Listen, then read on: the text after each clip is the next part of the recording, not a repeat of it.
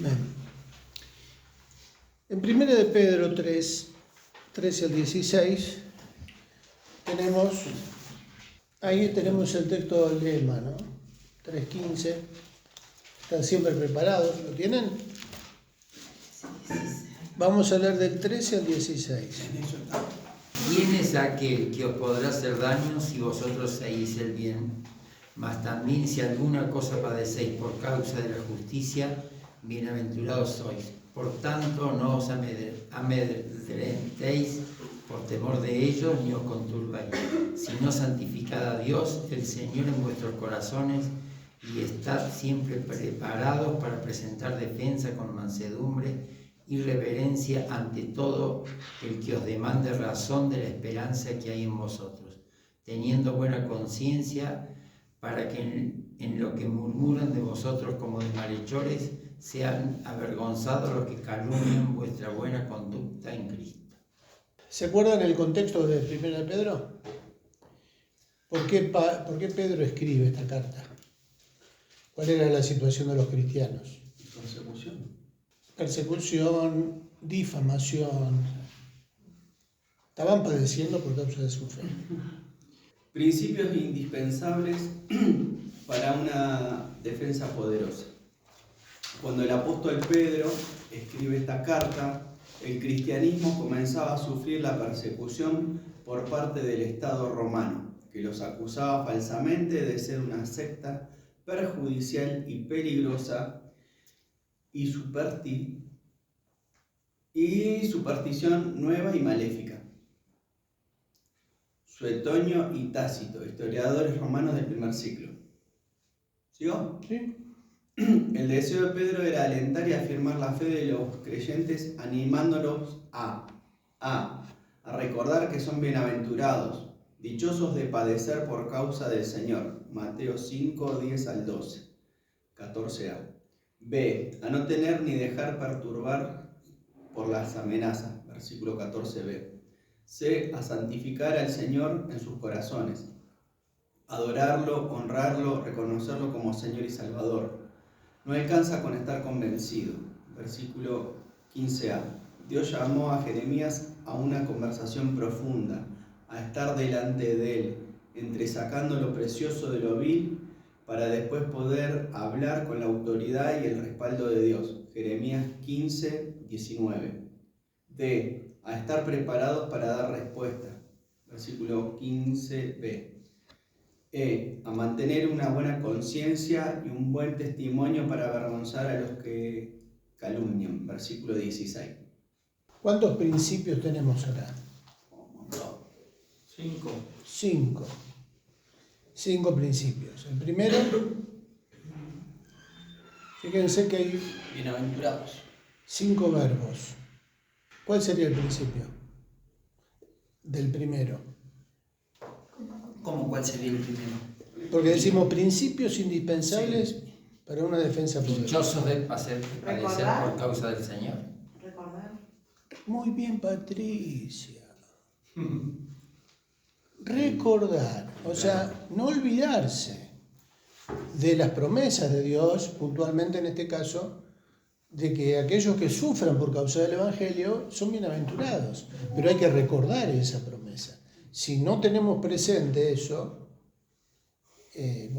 corremos el riesgo de que en la primera apurada que nos hagan, peguemos la vuelta y salgamos corriendo. Pero lo que primero dice Pedro ahí es la necesidad de recordar que somos bienaventurados. Y el texto ahí de Mateo, ¿se acuerdan lo que dijo Jesús en el Sermón del Monte? La bienaventuranza, la última creo que es. Bienaventurados cuando por mi causa os vituperen y os persigan y digan toda clase de mal contra vosotros mintiendo, que era lo que estaban pasando cuando Pedro escribía esa carta. Porque así también persiguieron a los profetas que vinieron antes de vosotros. El segundo principio, a no temer ni dejarse perturbar por las amenazas. Eso lo tenemos en el versículo 14. Mas también si alguna cosa padecéis por causa de la justicia, bienaventurados sois, por tanto, no os amedrentéis por temor de ellos ni os conturbéis. C. Tercero, santificar al Señor en sus corazones. Acá esto ya es un poquito más profundo. Santificar al Señor en nuestros corazones. ¿Qué querrá decir eso?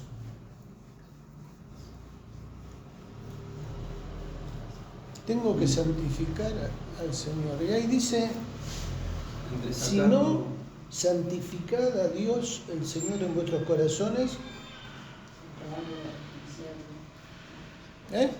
Honrarlo, adorarlo. No alcanza con el convencido. ¿Sabes lo que vengo leyendo Los Reyes? Y viste que toman como parámetro hizo lo recto ante Dios, como David su padre, pero aún así todo, muchas veces, siguieron sacrificando los baales, sacrificando bajo los árboles frondosos, como que no muchas veces los lugares altos. Claro, podés hacer cosas rectas ante Dios y todo, pero como que todavía hay más para sacar, ¿no? Como que a mí lo que me lleva a esto es a decir que tengo que seguir revisando mi vida, porque cuanto más me acerque a Dios, voy a encontrar cosas aún dentro mío para purificarme, para estar con Él en la eternidad. Y sí, eso te lleva a santificarte más y más, claro. y más. Lo que hoy lo veis, o sea, obviamente en base a la luz, ¿no? Hoy vas a ver lo que antes no veías, o decías, esto está bien. Claro. Y ya después vas a ver y así. Es continuo. Sí, es ascendente, por así decirlo. Sí. Cuando estaba preparando este material, estaba consultando y viendo los diferentes apologistas cristianos de la actualidad, apologistas reconocidos. Y hay varios que son muy reconocidos a nivel internacional, que dan conferencias delante de políticos, de gente preparada, la mayoría intelectuales, que desarrollan argumentos y planteos muy buenos que yo no llego ni a la mitad de los planteos que hacen ellos, al nivel que se manejan. Calculen que dan conferencias delante de profesores de universidades, delante de científicos, filósofos, y tienen que dar una explicación a ese nivel de conocimiento. Unos capos, son unos capos. Gente que aparte dedicó su vida a eso, a esa especialidad. Entonces están bien preparados, ¿no? Y hay 2 o 3 que sobresalen. Uno falleció hace un par de años. Tenía una doble vida que sale a luz después de la muerte.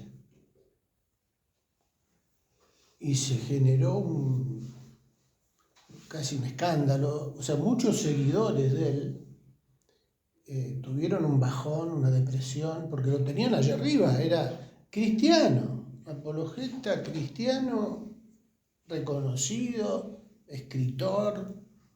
Y yo había escuchado algunos audios de él y visto conferencias, porque este hombre estuvo delante de reyes, de reyes en la India, es de origen indio, este que yo les comento. Gobernantes, tanto del lado del monoteísmo como del politeísmo. El tipo iba al mundo árabe y hablaba de igual a igual con los jeques, con los gobernantes, con respecto a su fe, a la fe de musulmán. Pero era cristiano y daba testimonio de, uno dice, capo. Pero después y no es que eran mentiras o era una difamación, se lo comprobó. O sea, se le comprobaron todas las acusaciones que hacían de él.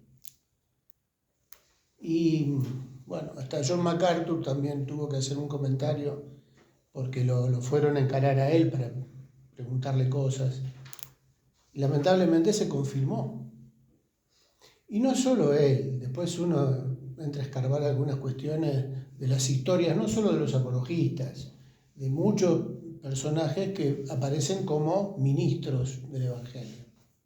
Y ahí hay, Ricardo, por lo que usted comenta, ¿ahí hay una práctica de pecado o qué? Claro, bueno, por eso digo, lamentablemente se confirmó que tenía una doble vida, que no era una caída ocasional, sino que lo practicaba. Entonces fue muy triste y muy duro. Los estudiantes que él tenía terminaron en pozos depresivos. Fusilados. Claro, porque su referente, su ídolo, entre comillas, quedó expuesto. Y eso, Avergonzados de él. imagínense, en un apologista, como si fuera un evangelista también, que después de todo lo que él divulgaba, todo lo que él defendía, todo lo que él argumentaba a favor de Cristo y de la fe y de la vida cristiana, de la existencia de Dios, de la santidad de Dios y qué sé yo, de repente queda expuesto todo un escándalo ahí, que es como que todo lo que él destinó, toda la vida que él destinó para este ministerio, termina derrumbándose y perdiendo credibilidad, por más que haya manejado los argumentos perfectos para explicar la existencia de Dios, por ejemplo, la creación del universo. Él se dedicaba a hablar de todo eso. De repente, por esto, es como que todo eso se viene abajo. Imagínense trasladando eso a nosotros, ¿no? La importancia, estamos hablando de principios indispensables. O sea, si yo manejo todo el conocimiento, toda la sabiduría, todos los argumentos, toda la filosofía, todos los razonamientos de la lógica para explicar la existencia de Dios y lo hago de una manera perfecta, puedo estar convencido de todo lo que digo, pero si no estoy convertido, si el Espíritu Santo no está en mí, me lleva a buscar la santidad, puedo manejar todo eso, pero al final termina diluyéndose, porque una caída, no una caída ocasional, el que salga a luz toda esa doble vida, toda esa vida oculta, termina echando por tierra todo lo perfecto que yo pude haber manejado. Por eso acá decimos, santificar al Señor en sus corazones, adorarlo, honrarlo, reconocerlo como Señor y Salvador. No alcanza con estar convencido. Este apologeta cristiano, o apologista cristiano, estaba perfectamente convencido y seguro de los argumentos que manejaba. Bueno, entonces, uno ve la vida de los discípulos, de los primeros cristianos. ¿Qué tipo de conocimiento manejaban o disponían? El conocimiento de haberlo conocido a Jesús, de haber estado con él, de haber experimentado su poder, siendo testigo de los milagros, de todo eso, y contaban lo que veían. Simplemente recuerda eso. Después con los años también. ¿El apóstol Pablo conoció a Jesús como discípulo personal de él? No. Sin embargo, el Señor se le revela y Pablo se prepara a los pies de los discípulos. O sea, pasa tiempo con los discípulos del Señor, se capacita para salir después al ministerio. Pero en todos los casos, esas vidas estaban respaldadas por el poder de Dios, porque buscaban hacer la voluntad de Dios, tenían temor del Señor, trataban de vivir en santidad. Si vamos al caso de los libros de la Biblia, bueno, Pablo, pero Lucas quizás fue el más preparado como médico, intelectualmente hablando. Pero si no, después el resto eran pescadores, eran empleados públicos, eran personas comunes y corrientes, no tenían nivel de estudio al nivel de estos intelectuales que salen a dar conferencias. Pero por ejemplo, digamos, este apologista que vos comentás, ¿estaría verdaderamente convencido por el Espíritu Santo? Bueno, o sea, ¿Sería algo así o sería algo él tenía intelectual? sus convicciones y o sea, él como humano estaba identificado con la doctrina cristiana o con el Dios de la Biblia y hablaba de eso. Este pueblo de labio me honra. No, por eso yo lo que quiero llegar es que no garantiza nada tener todo el conocimiento intelectual y toda la preparación si no hay primero una vida de santidad que busque honrar al Señor, aunque no tengamos ese tipo de nivel de preparación, pero eso es lo más un corazón sincero. Claro, lo más importante para el Señor es eso, que tratemos de honrarlo a Él. Y ahí es donde entra a trabajar el Espíritu Santo que suple mi deficiencia intelectual o mi falta de educación a esos niveles como para dar una conferencia como la daba este tipo. Entonces, ¿se entiende el punto? ¿Se entiende la idea? Lo más importante para el Señor es que nuestra vida respalde lo que decimos, lo honremos, que nuestro testimonio glorifique a Dios, que la gente no tenga nada que, como dice Pedro, ¿no? En lo que murmuran de nosotros como de malhechores, que glorifiquen, que terminen glorificando a Dios al ver vuestra buena conducta. Ese es el principio. ¿Por dónde vamos? Sí. Bueno, nos faltaba el texto de Jeremías, ¿no? Es hermoso ese pasaje. Jeremías 15 y 19, ¿qué dice? Por tanto, así dijo Jehová, si te convirtieres, yo te restauraré y delante de mí estarás. Y si entresacares lo precioso de lo vil, serás como mi boca. Conviértanse en ellos a ti y tú no te conviertas a ellos. 20. Y te pondré en este pueblo por muro fortificado de bronce y pelearán contra ti, pero no te vencerán, porque yo estoy contigo para guardarte y para defenderte, dice Jehová, y te libraré de la mano de los malos y te redimiré de la mano de los fuertes. Qué promesa, ¿no? Qué linda promesa. ¿Para quién? Para Jeremías. ¿Solo para Jeremías? La recibió Jesús. Ahora para todos. ¿Cuál es la condición para esa promesa? Si te convirtieres. Si te convirtieres. O sea, obviamente ahí tiene que haber una conversión. Claro. Si te convirtieres, yo te restauraré y delante de mí estarás. Y hay otra condición ahí. Forma parte de la primera. Entresacar lo precioso. Si entresacar es lo precioso de lo vil. O sea que se da a entender que como que abunda lo vil alrededor, ¿no? O sea, ver qué es lo que realmente vale la pena, me edifica, aporta para mi santidad. Y lo vil, lo que es pasajero, temporal, lo que se pierde, lo que se descompone, lo que no es importante, lo que no es trascendente, eso, dejarlo, pero sí saber seleccionar lo que me conviene. Si entresacar es lo precioso de lo vil, esto es espectacular. ¿Qué significa eso? Serás como mi boca. Serás como mi boca. Es como si hablara yo a través de tu boca. Es impresionante eso. Para hablar la palabra es que... Cuando Dios habla con autoridad. ¿Quién le puede decir que no?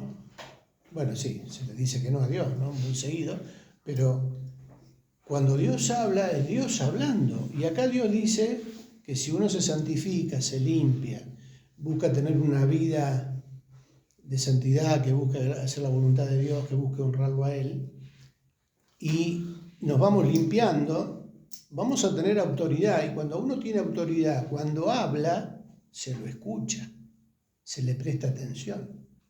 Y que vive de manera coherente con eso que dice, que habla, es escuchado, se le presta atención, no es cualquiera el que está hablando.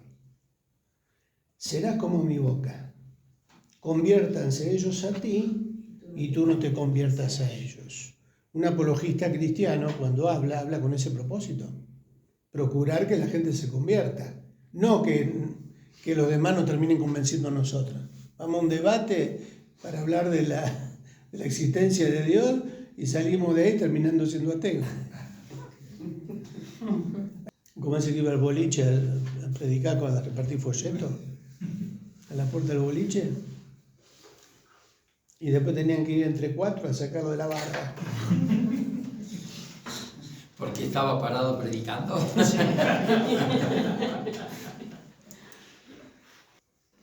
¿Por dónde andamos?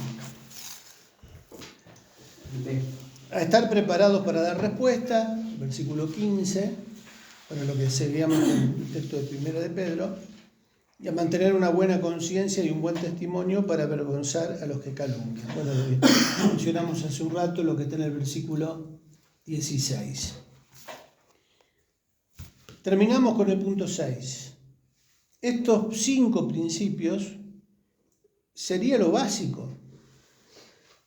Tiene que ver con la vida espiritual, con nuestra vida espiritual, con nuestra vida de relación con Dios primero. No tanto la capacitación intelectual, no tanto la preparación en los argumentos de la apologética, sino en una vida que tenga autoridad para taparle la boca a los que calumnian y también para que nuestra vida sea coherente con lo que decimos creer. Eso es lo que nos va a dar autoridad. El punto 7 tiene como título Ejemplos y tipos de apología en la Biblia. Acá ya vamos introduciéndonos en la parte funcional de la materia y podemos ir clasificando los tipos de apología que existen. Habíamos considerado alguna manera de aplicar la apología. Y sea en el campo externo como en el interno, podemos observar 3 enfoques. ¿Cuáles son esos 3 enfoques? Explicativo, decisivo y ofensivo. Gonzalo, el explicativo. Explicativo.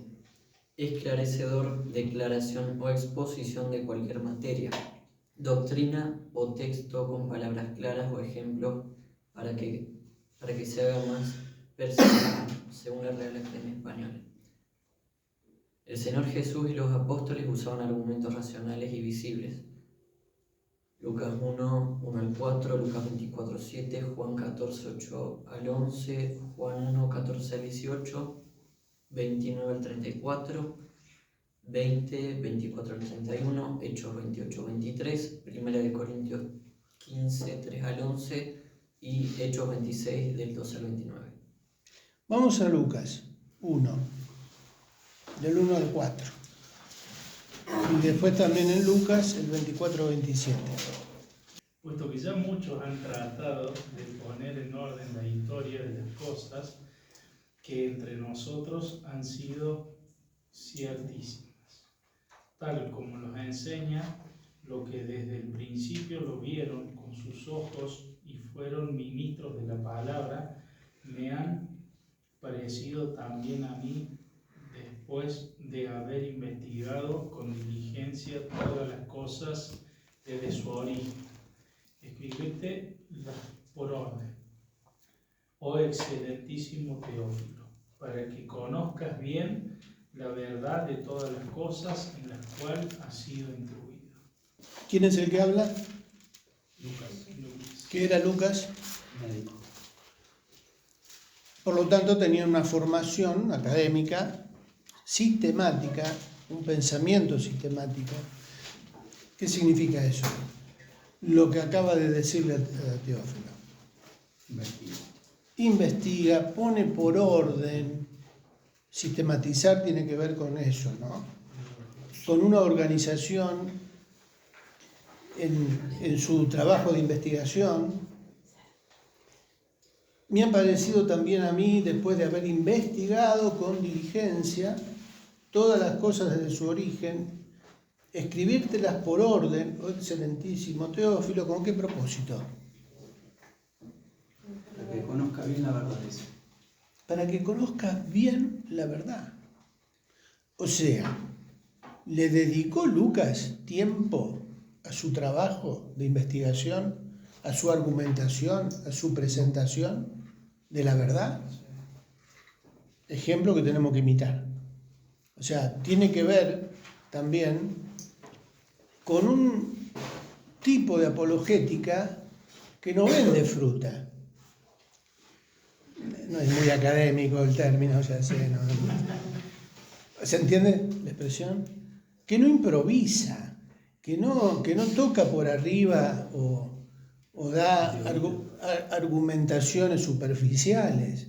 No, el tipo se preocupó por buscar testimonios, escuchar a los que de primera mano estuvieron con el Señor, contaban los milagros o fueron testigos de las cosas que el Señor enseñó. O sea, todo un trabajo, una vida destinada a la investigación y a la documentación de la verdad. Cuando nosotros hablamos las cosas de Dios, también tenemos que hacer lo mismo. O sea, ¿con qué sostengo yo lo que estoy diciendo? Si yo digo, la Biblia dice, tengo que asegurarme que la Biblia lo diga. Porque algunas veces se escucha, ¿no? Como dice la Biblia, al hombre hay que enseñarle a pescar y no darle el pescado. Bueno, algo así, ¿no? ¿Dónde dice la Biblia? Martín Fierro. Debe ser la parafraseada. Bueno. Hay varios que saquen la guitarra, pero... Sí. Y vayan.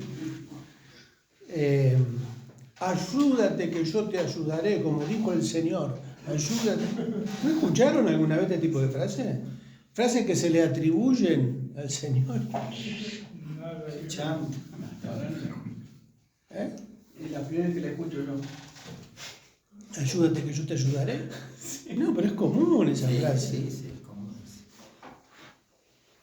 Es común y se le atribuyen a alguien que nunca lo dijo. Nosotros tenemos también que tomar este principio de sostener, en este caso estamos hablando de textos bíblicos, ¿no? Asegurarnos que sea palabra de Dios. También con los testimonios que uno cuenta, porque a veces uno cuenta testimonios propios y también testimonios ajenos, ¿no? Y a veces yo cada vez que escucho a alguien que contar su testimonio siempre tiene un detalle nuevo. Es como que los testimonios se adoptan, ¿no? Le van agregando cosas o sacando alguna. ¿Es cierto lo que estoy contando o estoy vendiendo fruta? Entonces, este principio, este tipo de apologética, tiene que ver con el saber explicar, porque estamos hablando del explicativo. Seguimos en Lucas, pero 24-27, ¿qué dice? Y comenzando desde Moisés y siguiendo por todos los profetas, les declaraba en todas las escrituras lo que de él decían. ¿Quién? Jesús. Jesús. El camino de Maús, ¿recuerdan la historia esa? Los dos que iban por ahí. Y Jesús se pone al lado de ellos y comienza una charla, un diálogo.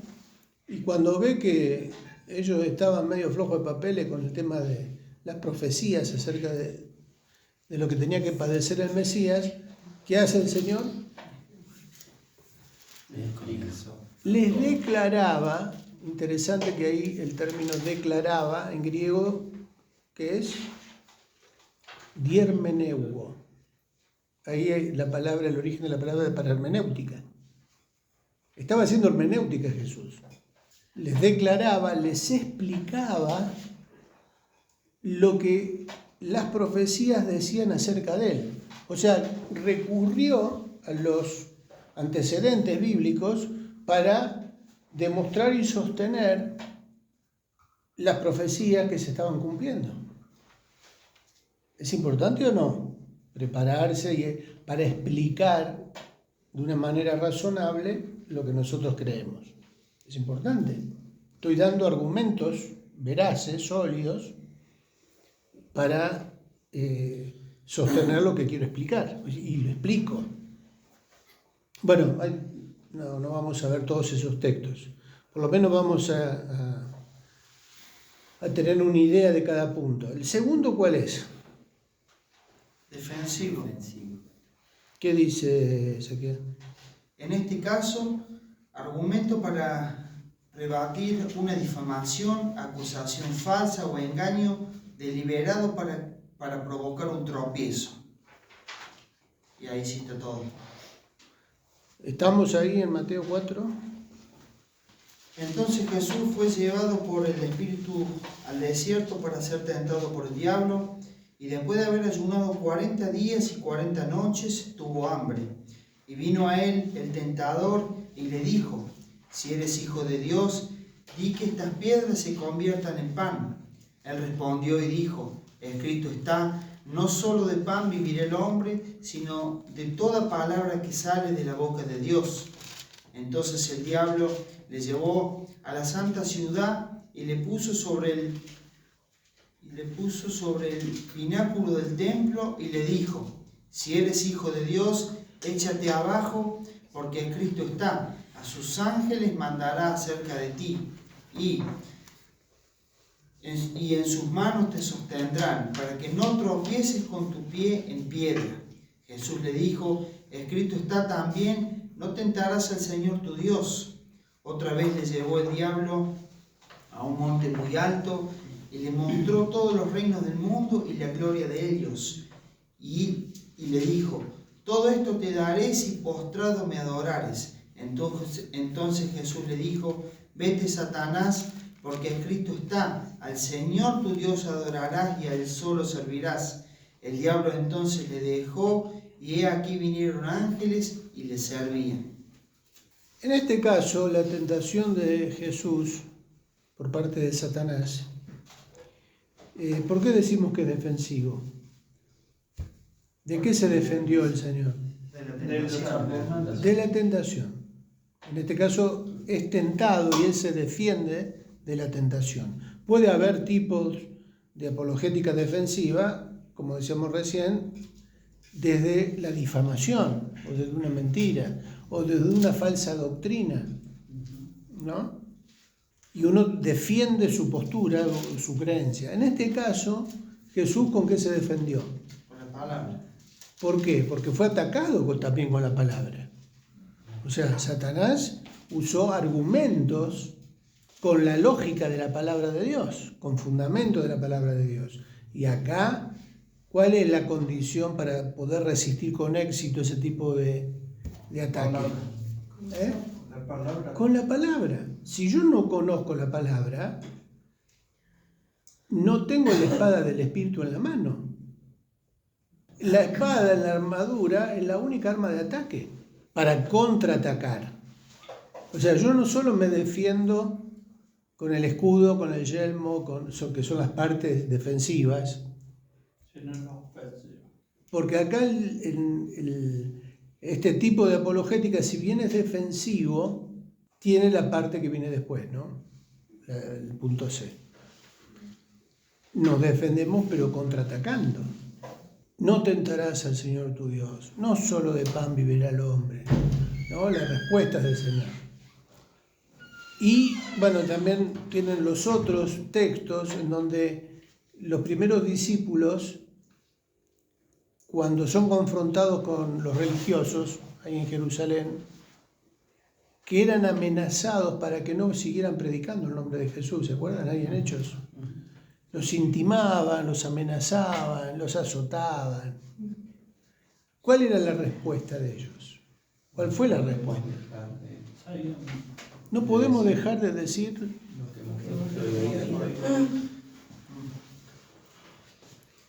y en el punto C tenemos el tipo ofensivo, una apologética ofensiva. O sea, cuando hablamos acá de apologética ofensiva, ¿de qué estamos hablando? que tenemos que ofender a nuestro contrincante. De ataque. A veces, bueno. Uno se ríe, ¿no? Pero si uno repasa o conoce la historia de Martín Lutero, ¿cómo eran los debates en la época de la Reforma? ¿Ustedes se piensan que se tenían respeto en los debates? Dijo anticristo al Papa. Bueno, pero eso es suave. Es hermosa la historia. Hay detalles en la historia que uno no se espera que fueran así. Pero en los debates, por ejemplo, Lutero debatió con un cardenal, con un teólogo católico, Con un capo. conocido, Con un capo. con un capo, era capo. Sí, cardenal. ¿No? Entonces elabora una serie de argumentos para sostener su postura. Pero no eran argumentos muy bien, claro, sólidos o bien elaborados para hacer un planteo serio. Y Martín Lutero, cuando le tiene que contestar, le dice, mira, lo voy a parafrasear, ¿no? Le dice, mira, yo no sé por qué destino tiempo a escuchar tus argumentos que tienen el mismo atractivo que una bandeja de plata llena de excremento, pero no con la palabra excremento. Dice, no sé por qué me dedico tiempo solamente a prestar atención a tus planteos. Son una bolsa de y ahí